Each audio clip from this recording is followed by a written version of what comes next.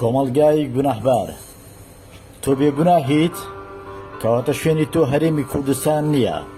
پاراستنی هەر هێزێک بۆ دوو مەبەستی سەرەکیەیە، یەکەمیان ترس لە سزای دەرونی و جەستەیی، دووهەمیان گەڕانە بە شوێن دەستکەوتێکی مادی. زۆربوونی پێشناوەکانی شێخ حاجی سەید مەلا تا دوایی لەلایەک باش بێت، بەڵام لەلاکەی تریەوە کەمبوونەوەی بەهای ئەم پێگە و نازناوەکەشی دەگەێنێت، چونکە مرۆڤ بە سروشتی خۆی حەز بەشتی دەگمەن و دانسقە دەکات.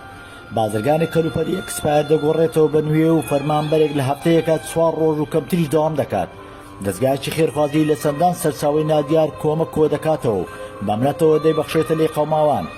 مامەسایەک حەقی تاوانەکان نادات و بایکۆ دەکات. پزیشکێک بازرگانی بە نەخۆشگەلێک دەکات و فرۆشیارێک خواردنی باش و خراپ تێکەڵ دەکاتەوە. خاوەن مۆریدێک بۆڵتی کارەباکەی کەم دەکاتەوە.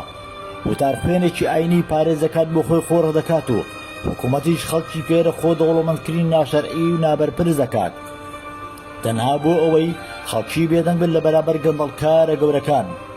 زۆرینە بکەران لەسەر شوێنی کار یا ماڵەوەیان دەنووسن هادە من فەضل ڕەبی. لێرە بپرسن کێن ئەوانەی 100% نانێن حەڵاڵە، ئەوەشی کارەکەی حەڵاڵ بێت کە زۆر دەگمەنە ڕەنگە بە هەژاری سەر بنێتەوە. بۆیە زۆرینەی هەرە زۆری گونەهبارن و ئەم سەرزەویەش دۆزەخێکی بچووکە بەراورد بە دۆزەخی ڕۆژی دوایی. ئیتر چەندێ خۆت پاک بکەیتەوە لە گوناه ناچاری قبوڵت بێت ئەگەر پڕیشتی پیاوێک یا ژنێکی حەرام خۆرت بەرکەوت.